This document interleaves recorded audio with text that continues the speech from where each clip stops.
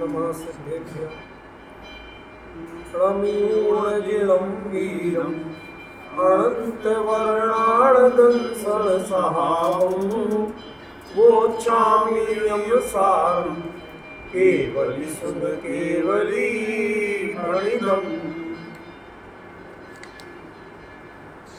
यह नियम सार परमागम, इसका दूसरा अधिकार अजीब अधिकार, उसकी गाथा नंबर 26 अपनी चल रही है।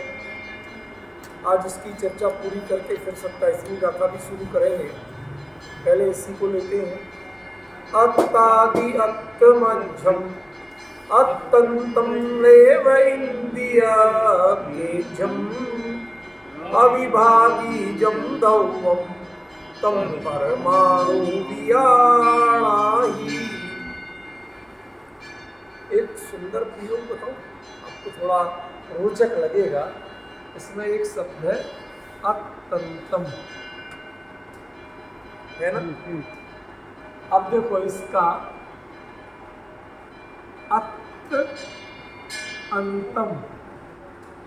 ये रूप भी बनता है, और एक जो आप संस्कृत में अत्यंत शब्द प्रयोग करते तो उसका भी यही बने प्राकृत। पॉइंट समझ रहे? तो इसमें है अतिअंतम।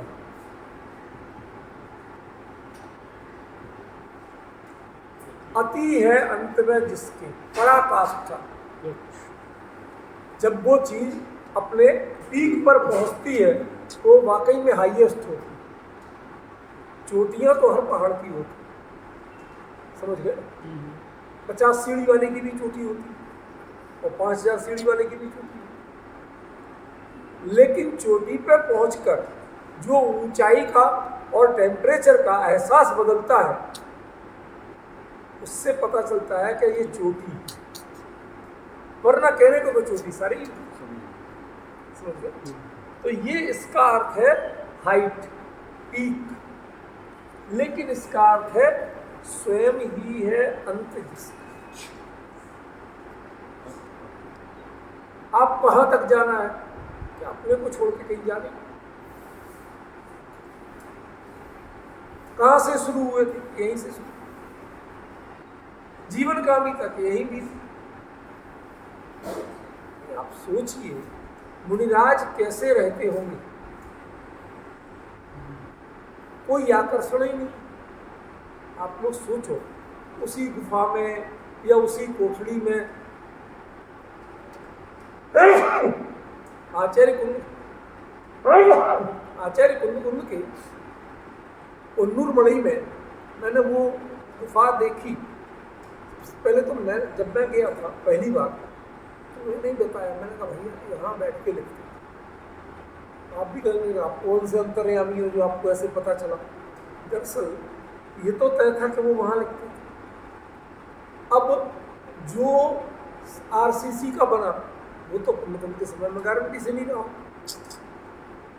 और ज्यादा बात नहीं करें अपन, इतनी बात तो कर ही सकते हैं ना। और वही है पहाड़ की चोटी। उसके अलावा उस पहाड़ पर, उस ऊंचाई पे कुछ है ही नहीं, समझ गए। तो उस गुफा के साइड कोई नॉर्मली उतर के नहीं जाता। और मेरा तो दिमाग इन्हीं चीजों में घूमता है, खोजो ढूंढो कुछ मिल जाए। तो मैं ढूंढ तो रहा था कोई शिलालेख प्राचीन, तो कोई मिल जाए रेत तो बहुत अच्छा, पर नहीं भी मिला। तो फिर ये चीज एक बहुत अच्छी मिली, और उसमें आगे पत्थर चट्टान कुदरती बनी हुई थी। उधर बैठने की जगह, सामने कोई दर्शनार्थी आए तो उनकी थोड़ी सी जगह, और बीच में वो लिखने।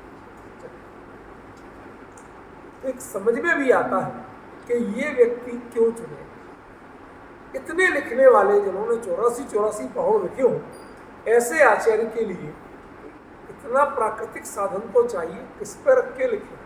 क्योंकि ध्यान रखिए वो सूखे ताड़ के पत्ते हैं जी, वैसे सूखे ताड़ के पत्ते आप हाथ में पकड़ के नहीं लिख सकते। उसके लिए नीचे प्लेन सही सरफेस चाहिए ही चाहिए। आप कागज पे एक बार हाथ से, क्यों, वो तो तुरंत टूट जाएगा। और आपको लोहे की नोक से, उससे कलम से लिखना होगा। जरा सा यदि बैलेंस बिगड़ा आपके, ये जो पॉइंट है ना हथेली का, ये हिस्सा, ये चीज को, आर्म को टिकाने के लिए, आर्म की जो हड्डी है इसे टिकाने की जगह चाहिए, तब तो आप इसका बैलेंस बनाएंगे। इसे टिकाने की जगह नहीं होगी तो ये कितना बैलेंस इसका तो तभी बनेगा ना, यदि ये फ्री है तो फिर तो आपको फ्री ही हैंड रहेगा। फिर आप उंगलियों से दबाव कितना डालना ये तय नहीं कर सकते। आप देखो ना प्रैक्टिकल, यदि मान लो ये हटा दो तो ये पूरा ही जाता है, समझिए। तो इसको यदि इतने पे बैलेंस करना है तो इसको बैलेंस करने के लिए आपको नीचे ठोस आधार चाहिए। तो मुझे लगा कि यही जगह आचार्य कुंद की होना चाहिए। अब उस जगह पे कोई पूरा पूरा जीवन बिता दे, सालों साल बिता दे, आज भी जहां आसपास, अब तो कुछ, जब पोन्नूर बड़ई में वो अनंत भाई वगैरह ने जो आचार्य कुंद रिसर्च सेंटर बनवाया ना, जगह हो गई, उन्होंने इतना जोरदार प्रोग्राम, जब वो प्रोग्राम कराया था तब भी पोन्नूर मड़ई उस जगह के आसपास जो इनने बनवाया था उसके अलावा रहने की कोई जगह नहीं। आज तो वहाँ कम से कम 10 धर्मशालाएं टाइप बन गई, अलग अलग मंदिर बन गए, धर्मशाला बन गई, ये वो विद्यालय, दुनिया भर की चीजें होंगी। पहले उस समय कुछ भी नहीं था। उस प्रोग्राम में मैं खुद गया था, इसलिए कह रहा हूँ, कुछ भी नहीं था।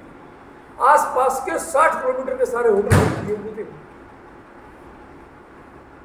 और करीब 500-700 गाड़ियां लगाई हुई, सबको गाड़ियां दी, ड्राइवर गाड़ी आपके जुम्मे। तो उनकी भावना अच्छी थी, वो हुआ तो उस एरिया में कुछ हुआ, वरना वहां आसपास निशान नहीं थी। जो पोन्नूर गांव है वहां से, वो पोन्नूर गांव वहां से 12 किलोमीटर,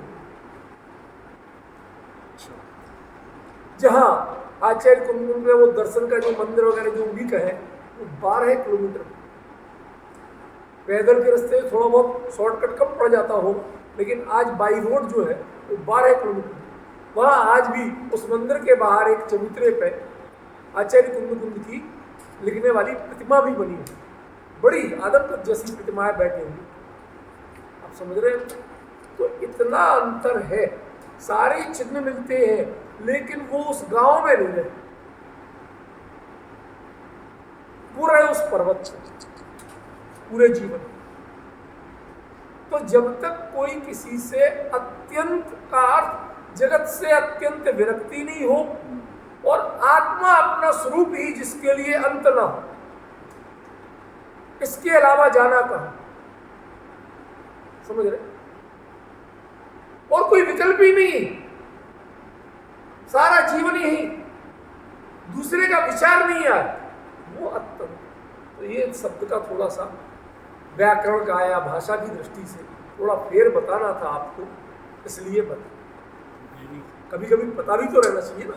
कहीं और जगह अत्यंत शब्द है और मैं उसे अत्यंत लिखूं तो आप कैसा, उधर तो आपने ये लिखा था, ये कपड़ा थोड़ा चलता। जब सरलीकरण और संक्षिप्तीकरण करोगे ऐसा हो, बहुत सारे शब्द ऐसे हैं, इनमें एक के 2-2, 3-3 शब्द बनते हैं, ठीक है। तो ये तो वो बताया, मूल बात अपनी गाथा का अर्थ एक बार करेंगे और जो लास्ट पॉइंट था उस पर चर्चा करके फिर आगे बढ़ेंगे। ये अच्छा, ये तो गाथा अत्तादि, आत्मा ही आदि है, आत्मा ही मध्य है और आत्मा ही अंत है। अध्यात्मी के लिए ये गाथा ध्यान की गाथा हो सकती है, व्यवहार धर्म ध्यान, समझ रहे। यदि इसमें तम परमाणु विहार ही ये हटा दो, ठीक है ना, परमाणु की जगह शुद्ध नियम कर दो तो अभियान बन नहीं आता। जो आत्मा को ही आदि कहे, आत्मा को ही मध्य कहे, आत्मा को ही अंत कहे, जो इंद्रिय ग्रह नहीं मानता हो और जो अविभागी अखंड तत्व मानता हो, उसे शुद्ध नय जान हो गया। कितनी आसान, समझ। लेकिन यहां आचार्य ने वर्णन किसका किया, तो हमारे लिए सोचना पड़ेगा कि इसमें आत्मा ने स्वयं, क्लियर बताया था पिछली बार, अत्त का अर्थ आत्मा नहीं हो कि क्या है यहाँ स्वयं। और ध्यान रखना, अध्यात्म में भी अत्त का अर्थ आत्मा, आत्मा माने जीव ऐसा नहीं है, उसमें मैं है। उसका मैं के अलावा अन्य कुछ दिखता है तो आप जीव ढूंढ रहे हो, आत्मा नहीं ढूंढ। समझ रहे हो? कुछ रिश्ते ऐसे होते हैं जिनमें कोई विकल्प नहीं है, जो है बस वही है, कोई आप ऑप्शन नहीं ले सकते। और सब में चाचाओं में सैकड़ों ऑप्शन ले सकते, पिताजी में वो तो भाई साहब ही, अब तुम्हें अच्छे लगे बुरे लगे, जो लगे वो लगे, कोई ऑप्शन। ऐसे ही अत्त माने में, ऐसी निजता जिसमें है, और वह निजता किस पराकाष्ठा पे है? यहां सूक्ष्मता के अर्थ में, अध्यात्म में, भावना के अर्थ में, कि आत्मा स्वयं ही आदि है, स्वयं ही मध्य है और स्वयं ही अंत है। अच्छा एक बात बता, अकेला आदि और अंत कहते हैं तो काम नहीं चलता। वो इतना सूक्ष्म है कि वो ही आदि है वो ही अंत है, ये मध्य बीच में लगाना क्या जरूरी है? कभी कभी तो एक आध प्रश्न किया करो भाई साहब, आप लोग भी अभ्यासी हो, थोड़ा बहुत प्रश्न किया अच्छा कि सर यहाँ पर यदि इसमें मध्य शब्द नहीं उपयोग करते तो क्या घाटा, चाहे परमाणु का अर्थ हो चाहे आत्मा का अर्थ हो, नहीं करते तो क्या अंतर पड़ा? भाई अंतर बता, जो उत्पाद, व्यय और भोग, उसमें आदि और अंत तो उत्पाद और व्यय की वाची है, और मध्य जो है वो ध्रुव का वाची है। नहीं तो क्या रहता? मात्र उत्पाद व्यय रह जाता ध्रुव पक्ष में। छोटी छोटी बातें होती हैं। देखो आप लोग संख्या में कितनों में इसकी कीमत नहीं करते, अभ्यास और गुणग्राहिता कितनी है इसकी कीमत करते, समझ रहे? तो ये चीज को आपको जरूर पकड़ना चाहिए। यहाँ अत्त मध्यम क्यों का? वो परमाणु एक द्रव्य है, परिपूर्ण है, और द्रव्य जो है उसके लिए मध्य यानी द्रव्य होना अनिवार्य है, वरना बौद्धों का क्षणिकवाद आ जाएगा, आदि है अंत है, आदि है अंत। समझ गए? आदि अंत पर्याय का, मध्य वो टिकाऊ बनेगा ऋषि। ठीक है, ये हो गए रेव इंद्रिय।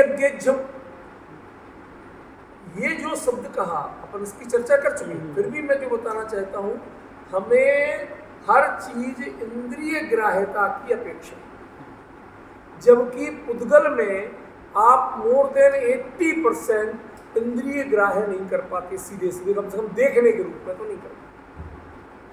शब्द को देख पाते नहीं, देख पाते हो, गंध को नहीं देख। तो हम जो पहले इंद्रिय ग्राह्यता का अर्थ समझते हैं आंखों से दिखाई देना, एक साइकोलॉजिकल, जो आपको आंखों से दिखाई नहीं दिया उसे आप अमूर्तिक मान लेंगे। एक जनरल हमारा फिनोमेना जैसा है, हमारी एक सोच जैसी है, आदत पड़ी है वाली बात कह रहा हूं, कि जो हमें आंख से दिखाई नहीं दिया वो हमें, वो तो अदृश्य। लेकिन यहां कहते हैं कि वह किसी भी इंद्रिय से ग्राह्य नहीं हो तो भी ध्यान रखना वो पुद्गल है, ना तो उसका अभाव है और ना वो चेतन है, ना वो आत्मा है, ना वो तुम है। समझ गए? ये बात क्यों कह रहे? कुंद कुंद जैसे आचार्य इस भावना ग्रंथ में ये बात क्यों कह रहे हैं? इसलिए कह रहे हैं कि तुमने पूरे जीवन अपना जो रिश्ता नाता रखा है, जो परिचय रखा है, वह किससे रखा है? स्वयं को जाना नहीं और अन्य को पहचाना नहीं, जो कुछ थोड़ी बहुत पहचान है वो ठीक है ना। और उतने के बल पे हम अपने आप को सर्वज्ञ मान के बैठते। राजकुमार जी क्या कह रहे हो? सर्वज्ञ मान के बैठते हैं क्या? चुहिया के हल्दी की गांठ जितना ज्ञान नहीं है, और उतने के बल पे हम अपने आप को सर्वज्ञ मान के बैठते।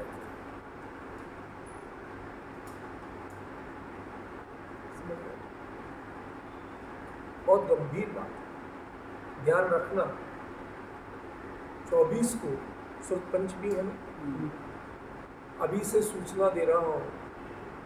उस दिन चाहे आगे कंटिन्यू हो या नहीं हो, उस दिन एक महत्वपूर्ण पक्ष पर सुर्ख पंचमी के विशेष व्याख्यान शाम का रहेगा। सूचना सबको करना आपकी जिम्मेवारी, चाहे ऑन करवाना आप लोगों की जिम्मेवारी। एक ऐसा विषय आने वाला है कि आपको माता घूमने करी, हमने तो आज तक सोची नहीं।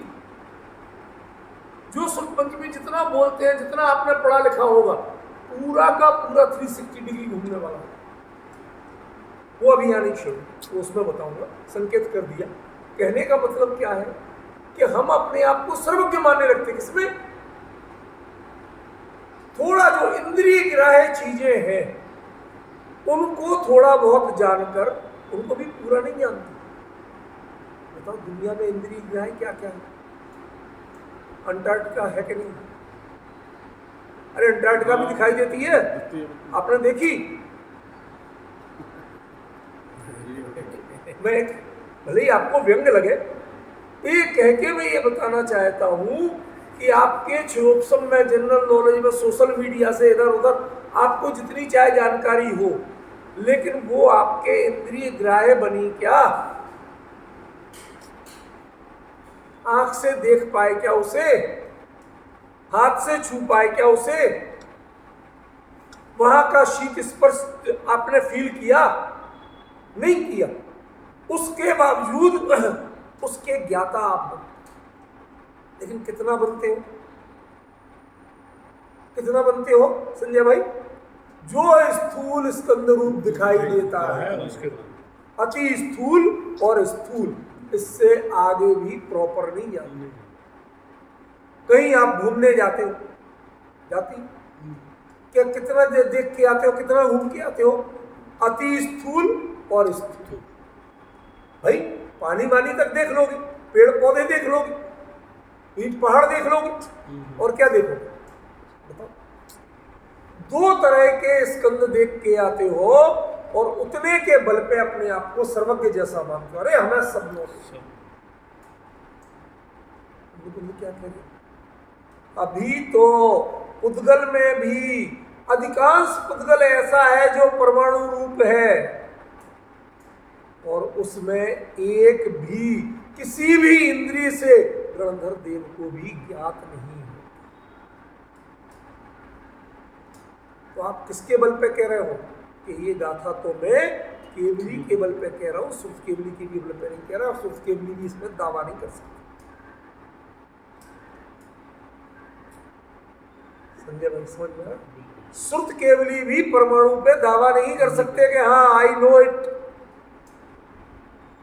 मुझे पता है, मैंने देखा है, मैं जानता हूं। कुछ भी नहीं जानते आप, बुरा मत मानो। कुछ भी नहीं जानते। जिनके साथ सारा जीवन बिता देते हो भाई साहब, उनके बारे में भी पूरा जानते हो? अपने बच्चे के बारे में पूरा जानते हो? कौन किस पे दावा करे? हम अपने मोहित पे दावा करते हैं और किसी पे दावा नहीं करते। आप ज्ञान पे दावा नहीं कर रहे हो, आप जो दावा करते हो वो मोह पे करते हो। जो चीज आपके मोह की परिधि में आ गई, आपने उसे अपना मान लिया, उस अपनेपन पे दावा करते हो, हाँ आई नो इट। बाकी कुछ नहीं। समझ गए? किसको जान करके, शब्द को जान करके हम शब्द के ज्ञाता बन गए। ये व्यंग्य कहां तक जा रहा है? सुर्ख केवली तक नहीं जा रहा। ध्यान रखना, सुर्ख केवली शब्द और अर्थ दोनों के ज्ञाता होते हैं, लेकिन जो वो साक्षात्कार रूप में करते हैं, पारायण जिसे कहते हैं, वो तो शब्द ही है, वो तो अर्थ है। समझे? जिसको आधार बनाते हैं वो तो शब्द ही है। फिर शब्द और अर्थ, पद और अर्थ दोनों को जानते हैं, तब उसकी महिमा है, तब उसे ज्ञान कहते हैं। अकेले शब्द के आकार को ज्ञान, ठीक है, वो एक विषय अलग है, वो उस दिन आ जाएगा। अभी इसमें समझो आप कि जो कहा रेव इंद्रियज्ञम, जो किसी भी रूप में स्वप्न में गणधर से लेकर के और उस परमाणु पर ही तुम जन्म मरण करो अशरीरी होकर। क्या कहा मैंने? अरे बोलो ना, क्या कहा? जन्म मरण से अरे सीधा बोलो ना निगोद में। मैं क्या कह रहा हूं उसका मतलब भी तो बताओ ना, क्योंकि जब जन्म मरण कर रहे तो या तो अशरीरी सिद्ध भगवान है या एक वो है, तीसरा है कौन? समझ रहे? अशरीरी होके जन्म मरण कर रहे, उस परमाणु पर जन्म मरण करते हुए भी आपने उस परमाणु को आज तक जाना नहीं है। क्यों? क्योंकि अतीन्द्रिय केवल ज्ञान आपके पास है नहीं है, और बाकी किसी ज्ञान में उसे जानने की सामर्थ्य है। पर्याय ज्ञान से लेकर गणधर देव के ज्ञान तक किसी में भी परमाणु को जानने की सामर्थ्य नहीं। क्यों नहीं है? क्योंकि ध्यान रखना, जो अतीन्द्रिय ज्ञान है, छद्मस्त का अतीन्द्रिय ज्ञान, निज अतीन्द्रिय तत्व को अनुभव में तो चरितार्थ होता है, लागू पड़ता है, लेकिन पर को जानने में लागू नहीं। उससे आप स्वयं को जान सकते हैं, पर को नहीं। एक अनपढ़ मां, शब्द ध्यान देना भाई साहब, एक अनपढ़ मां अपने बच्चे के बारे में तो हर हजार है, इसका मतलब ये है, इसको मैंने वो पहचान सकती है, और हर किसी की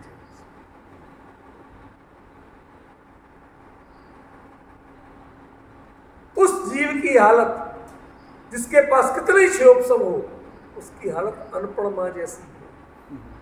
उसका ज्ञान अतीन्द्रिय रूप में निज को जान सकता है, पर को नहीं। पर जो अतीन्द्रिय ग्राह्य है, जो इंद्रिय ग्राह्य नहीं है, उसको नहीं।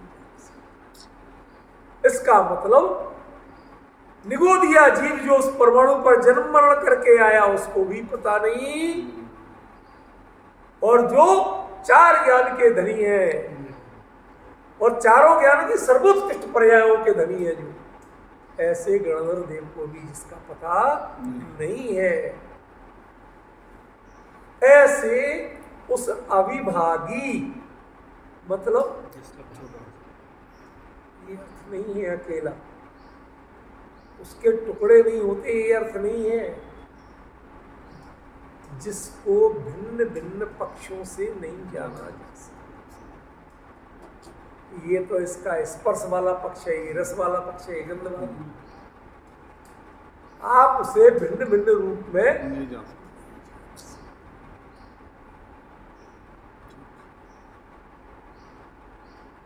अच्छा एक बात बता, स्पर्श, रस, गंध, वर्ण, चार मूल गुण। चार मूल गुणों में राजकुमार जी स्पर्श कितने प्रकार का होता है? इतना तो आपको बताया, 8 प्रकार का, हल्का भारी, रूखा, चिकना, कड़ा, नरम, ठंडा, गर्म, है कि नहीं? रस 2 प्रकार, 5 प्रकार का, खट्टा, मीठा, कड़वा, कसाला, चरपड़ा। गंध 2 प्रकार की, सुगंध, दुर्गंध है। और वर्ण 4 प्रकार, 5 प्रकार का मुख्य रूप में, काला, नीला, पीला, लाल, सफेद, बाकी तो इसके मिक्सचर है। तो आपने जो कुछ जाना है वो क्या परमाणु में इसी रूप में विद्यमान है? माने 5 प्रकार के रंग है, 8 प्रकार का स्पर्श है, 2 प्रकार की गंध है,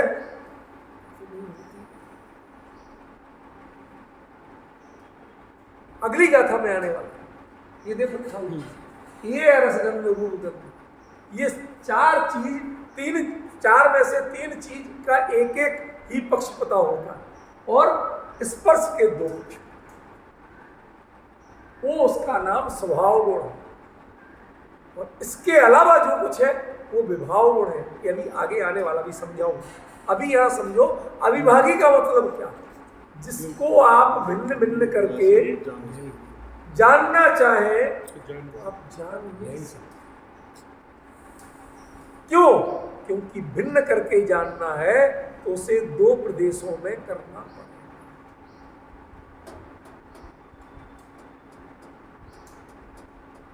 कभी कल्पना करो कि आप ऐसी जगह खड़े हैं एक पैर पे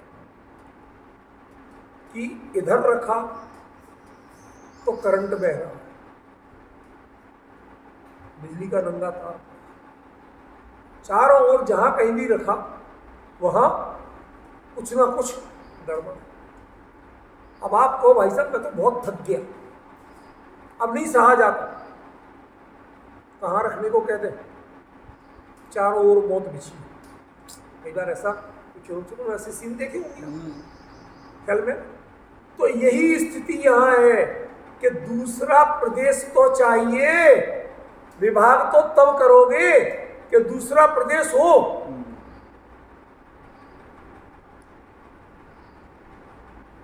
जो द्विप्रदेशी ही नहीं है उसको विभाग करोगे तो करोगे कैसे? ये प्रदेशो ही अणु, अणु जो है वो एक प्रदेश। ख्याल में ये जो अविभागी कहा ना यहाँ, वो अविभागी का मूल उद्देश्य क्या है? टुकड़े आप उसे भिन्नता में अन्य प्रदेश में ढूंढ नहीं सकते। इस जगह के अलावा अन्य कहीं उसकी कल्पना तक नहीं कर सकते। ऐसा जो द्रव्य है उसे क्या, पहले तो द्रव्य मानना, इतना सूक्ष्म होते हुए भी उसकी परिपूर्ण सत्ता। Do you know about the Vatican city?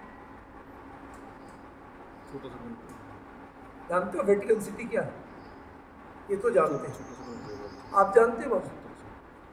जो वो कैथोलिक पोप है ना, उसका जो देश है वो एक छोटा सा शहर है, समझ गए ना? और उस जरा से शहर का कोई करता धरता है, प्रमुख है, राष्ट्राध्यक्ष। सब आप कहो कि आपके दिल्ली का एक करोड़ बाग से भी छोटा,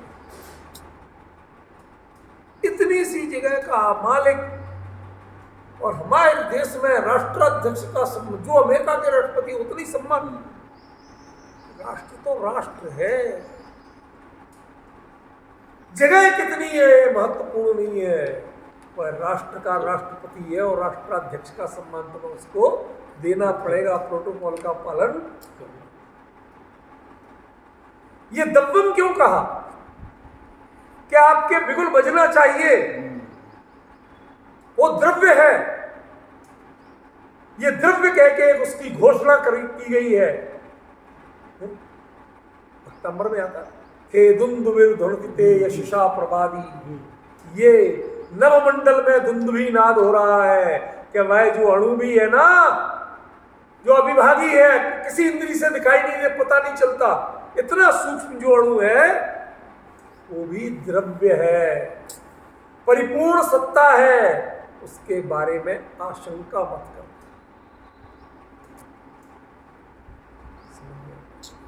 राष्ट्राध्यक्ष आया है, तुमने मजाकिया तौर पे भी किसी रूप में परिचय भी हो, पर वहां पर भी तुमने एक मजाक कर लिया तो आप जेल जाए बिना नहीं गए। समझ गए? आपको प्रोटोकॉल का पालन करना ही पड़ेगा राष्ट्रों को। ऐसे ही जब आपने उसे द्रव्य की घोषणा भगवान ने कर दी, उसका मतलब उसकी सत्ता में दया का पात्रपना सोचना, मैं इसमें कुछ कर दूं, कमजोर सोचना, ये सोच निकाल देना जीवन भर के लिए, क्योंकि वो द्रव्य है, वो परिपूर्ण है। और आगे क्या कहते हैं?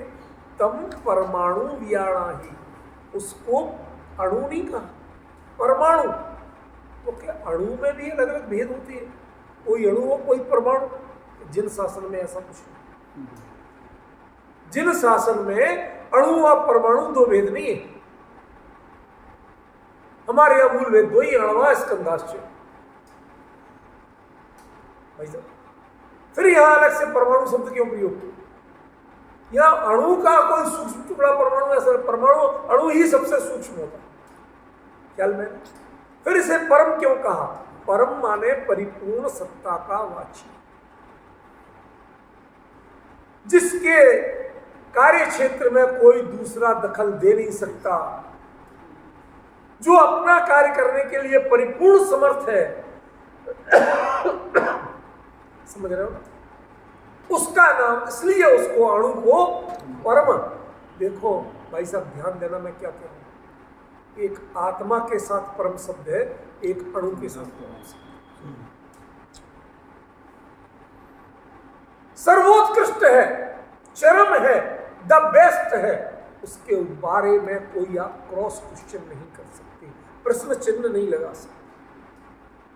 ऐसी परिपूर्ण सत्ता जो है,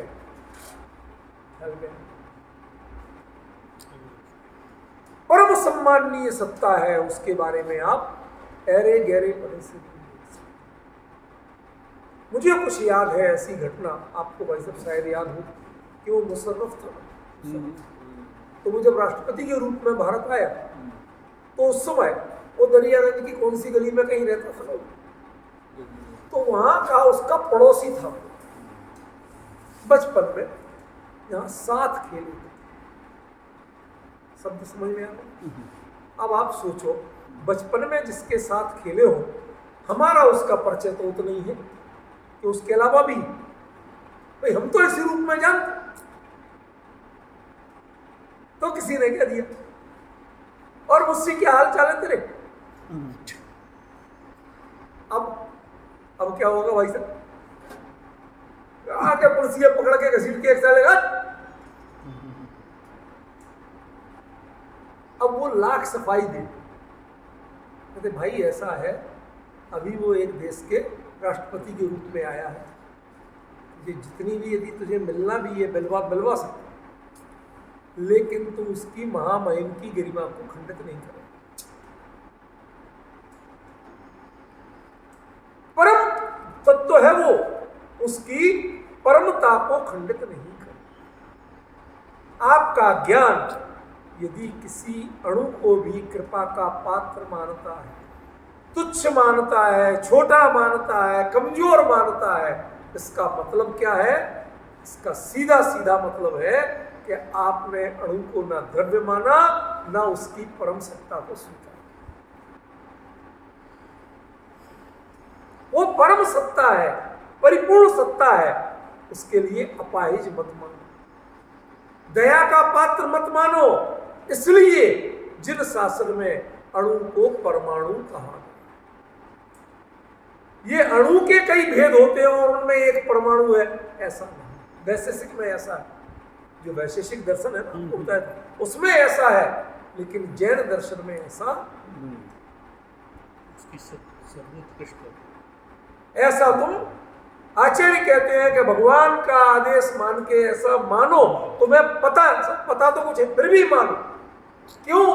क्योंकि यदि अणु को परिपूर्ण मानोगे तो अणु से बने अनंत अणुओं के स्कंद जो हैं उनमें तुम्हारी तुच्छता की बुद्धि कभी हो ही नहीं सकती, वो कभी दया के पात्र तुम्हें लग नहीं सकते, वो कभी अधूरे और अपूर्ण तुम्हें लग नहीं सकते। ये इसके पीछे का मर्म है। अब ये गाथा निकालिए, अब ये गाथा दे दीजिए ग्रंथ है 73।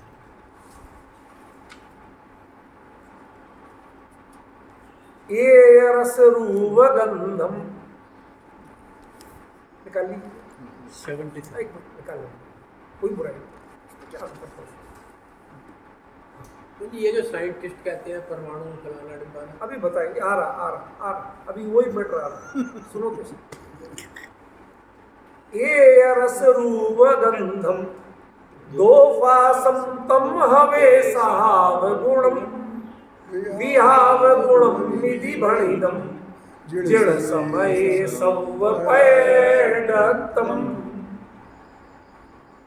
चलिए भाई, सही आया, पढ़ इसको गाथा बहुमान से पढ़ो। ये भगवान के वचन हैं, कुंद कुंद जैसे आचार्य के वचन हैं, हम इन्हें बहुत सम्मान दिए। राष्ट्रगान आप ऐसे वैसे गाएंगे, आपके ऊपर बाकायदा केस होगा। थोड़ा सा इसकी कोशिश करो। एक बार और कोशिश करें।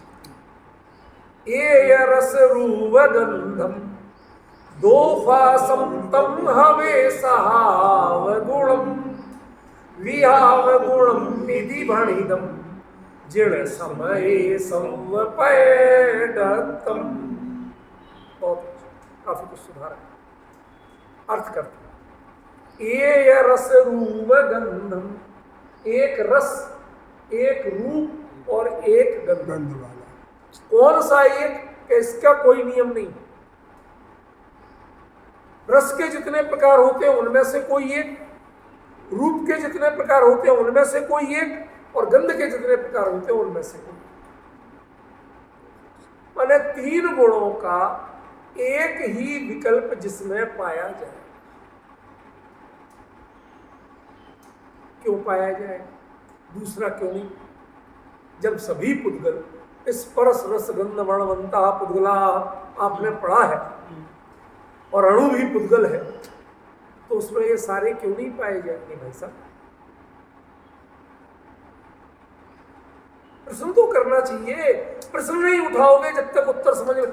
गाथाओं का कोई अर्थ नहीं होता, प्रश्न से ही उसकी लिंक दो दिमाग में फिटिंग होती है।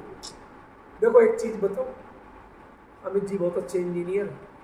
ये जो कारपेंटर्स या वो होते ना, वो दो लकड़ी बराबर की ले लो, ठीक है, और बराबर की लकड़ी लेके और उनके सरफेस ऐसे मिला दो। अब जितनी चाहे कीलें ठोक दो, उसमें मजबूती आ सकती है? कैसे आएगी मजबूती?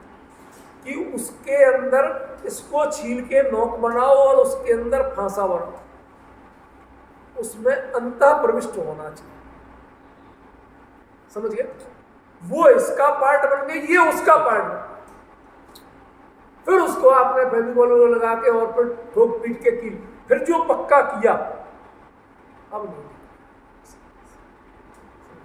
तो वो चीज जब हम प्रश्न करके करते हैं तो वो दिमाग में हमारी पूंजी बन के बैठती है। और यदि अकेला अर्थ सुनते हैं तो वो ऐसे हो, आपने जोड़ दिया, आपने ठोक दिया, आप उसे अपनी पूंजी बनाओ।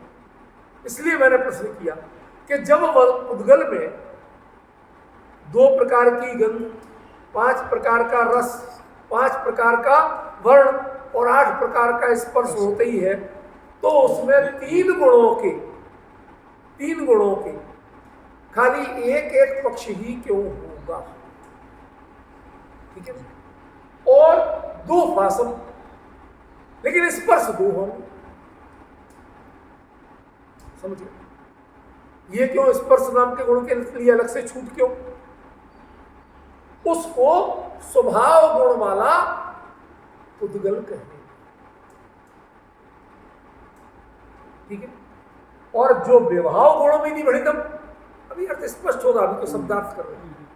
उसे विभाव गुण ऐसा कहा गया, इसे जिन समय जिन शासन सब पैडत्तम, जिसमें सारे ही गुण आपको प्रकट मिले,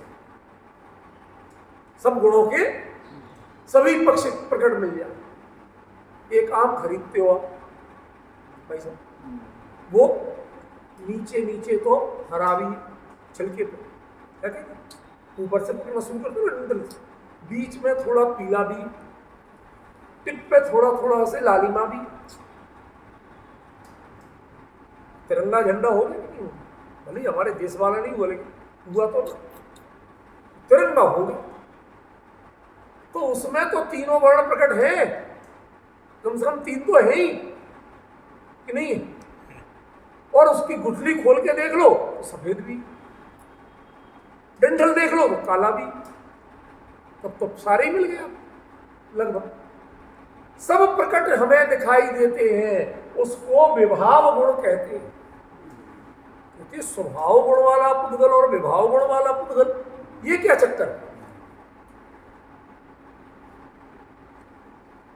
कि स्वभाव पुद्गल का असली क्या है कि वह कभी भी विखंडित नहीं हो सकता, अविभागी।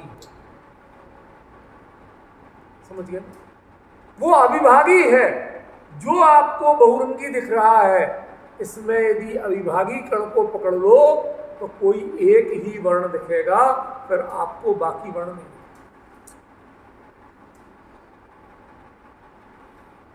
वो आम ऊपर ही ऊपर लाल है, बीच में बीचे बीच में पीला है, नीचे डंठल पे काला ही है कि नहीं, गुठली पे सफेद ही है।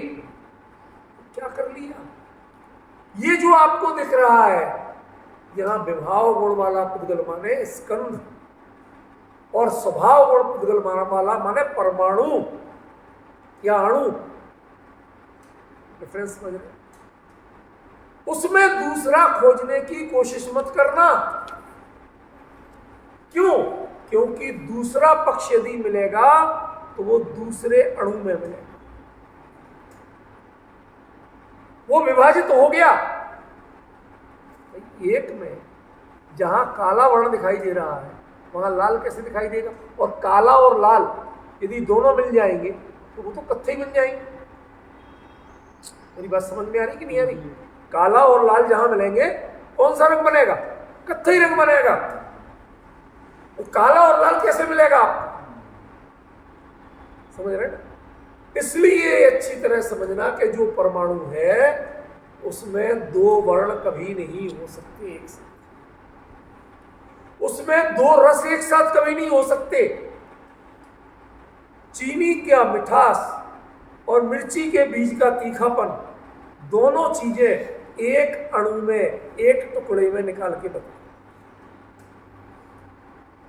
दो टुकड़े होंगे, एक मीठा लगेगा और एक तीखा लगेगा। चाट में आप दोनों डाल लेते, तुम अभी डालते चाट चटनी बनाते, उसमें सब मिला देते हो। आप वो मिश्रित का मजा लेना जानते हो, आप शुद्ध का स्वाद लेना नहीं जानते। जो शुद्ध होगा उसमें दूसरा रस कभी आएगा ही नहीं, और जिसमें दूसरा रस आता है वो कभी शुद्ध उद्गल है ही नहीं। समय सार याद आया? समय सार में आता है अमृत चंद्राचार्य का कलश, करी एवं सत्रनाभ बिहारी। जैसे कोई हाथी खेत चरता है तो गेहूं के दाने और जो भूसा घास पत्ते हैं सबको साथ चरता है, उसे बेचारे को पता नहीं कि गेहूं की रोटी का स्वाद क्या होता और घास का सबका मिक्स ही जानता है। वो नहीं, जिसमें समझ होगी तो मूंगफली छील के खा लेगा। हाथी क्या करेगा बेचारा? उसे दोगे तो ऐसी खाए। और उसे क्या पता कि मूंगफली की गिरी में क्या स्वाद होता है? उसे क्या पता? वो तो छिलके के साथ ही खाता। उसके पास वो उपकरण ही नहीं है, बंदर छील के खा लेगा लेकिन हाथी नहीं खा सकता। ऐसे ही जिनका ज्ञान मिक्स रूप में ग्रहण करता है, इसका मतलब उनके पास वो विवेक करने की क्षमता नहीं, भिन्न भिन्न जानने की क्षमता। जिस दिन आप एक को जानोगे और दूसरा जानने में नहीं आए, समझ लेना उस दिन आपका ज्ञान कहां पहुंच गया? अणु के बारे में जानने को प्रवृत्त हो। जैसे हाथी एक घास को एक साथ ही खाता है जी, स्वाद नहीं मीठी पीकेगा, जी। दोनों साथ चबाता है। वही है, वही समाचार की वही चीज बोल रहा था मैं। टीका में आता है अमृत चंद्राचार्य की टीका में, ठीक है। हमें समझना पड़ेगा, शांति से और धैर्य से समझना। अभी इसका असली अर्थ नहीं आया, ये तो अभी शब्दार्थ चल रहा। अब इसमें देखो कुछ जगह मैंने हल्के हल्के मार्क किए हुए, ये तो नीचे का तो भूल जाओ। अब बताइए कहाँ कहाँ मार्क? सबसे पहला मार्क क्या है? हवे, हवदी माने होता है, और हवे माने हो। वो स्वभाव गुण हो।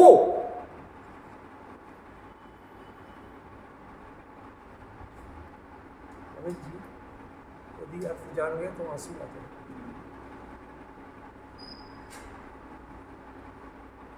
ऐसा प्रयोग तब किया जाता है जब या तो किसी को बहुत बड़ा आशीर्वाद देना, तुम में इतनी क्षमता विकसित हो कि तुम एक रस, एक रूप, एक गंध और दो स्पर्श वाले स्वभाव गुण को जान सको। समझा भाई? क्या कह दिया आचार्य देव ने? आप केवली बन सको, आप अतीन्द्रिय प्रत्यक्ष के धनी हो सको। हमारे कहने से नहीं जान पाओगे आप। हम जितना चाहे लिख दें आपको पता नहीं चले कि चल जाए। जरा सोचिए अमित जी, उनको भी कहाँ ट्विस्ट कर जाते हैं, वो पकड़े नहीं।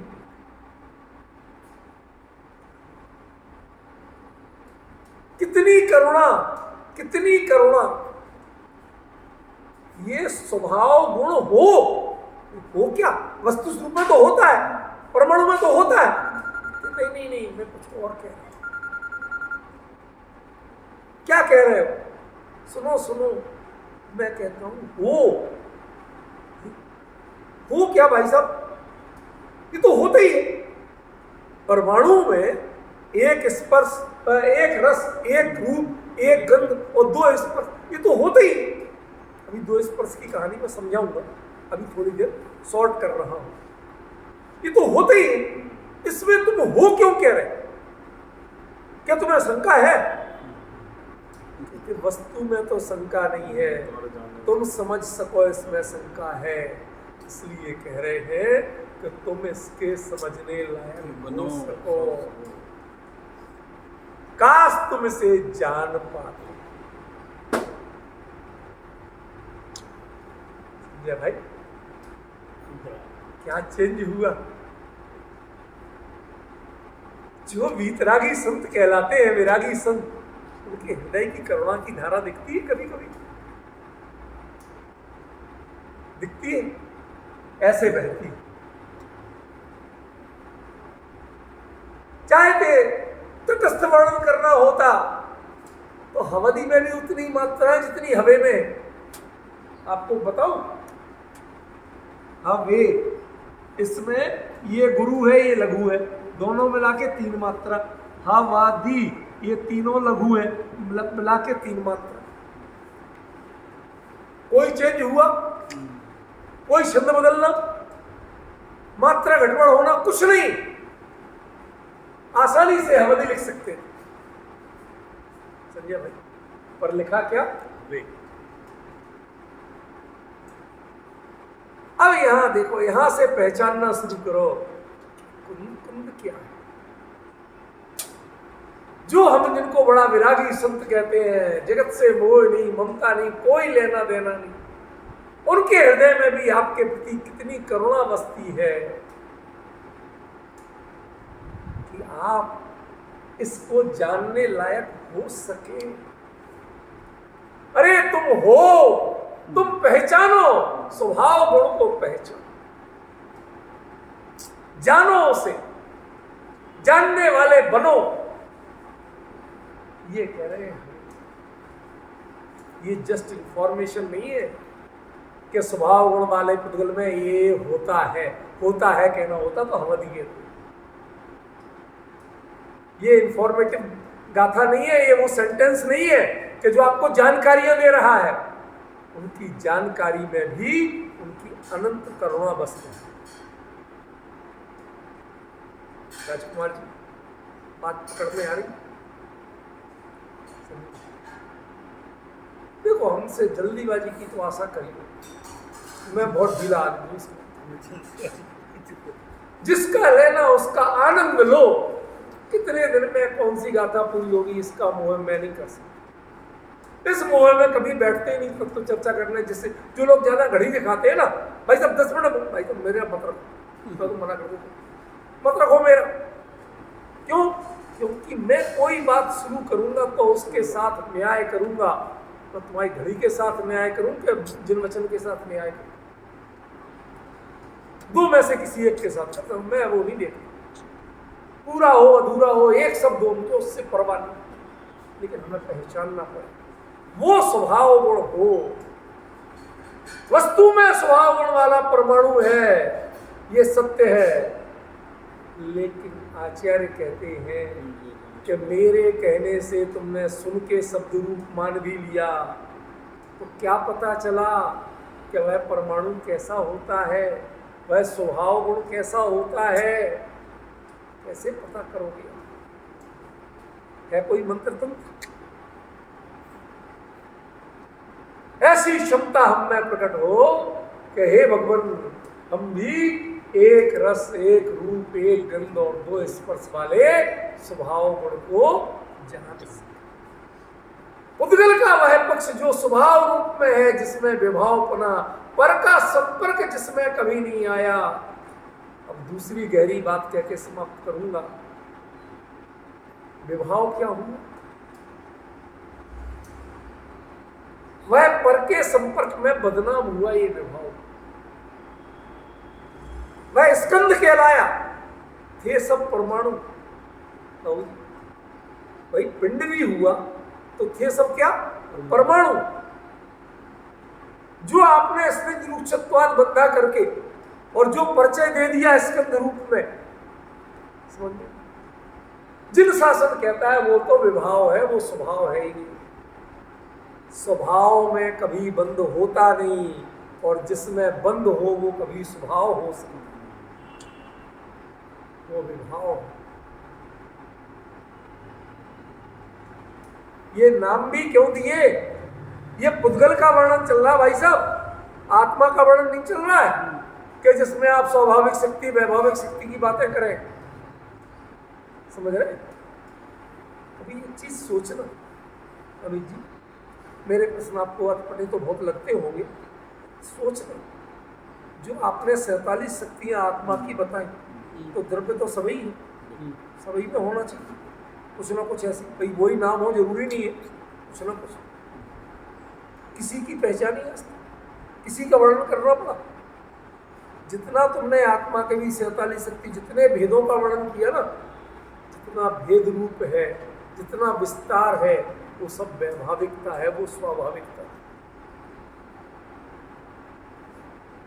स्वाभाविकता में अविभागीपना आता है, उसमें विभाग होते ही नहीं है, खंड होते ही नहीं है, भेद होते ही नहीं।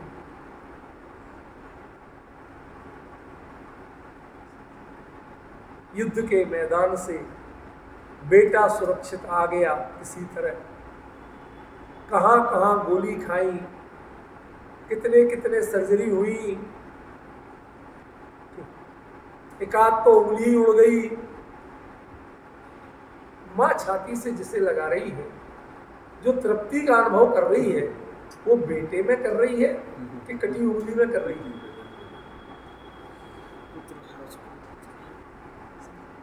जिसमें तृप्ति होती है उसमें अविभागीपना होता है।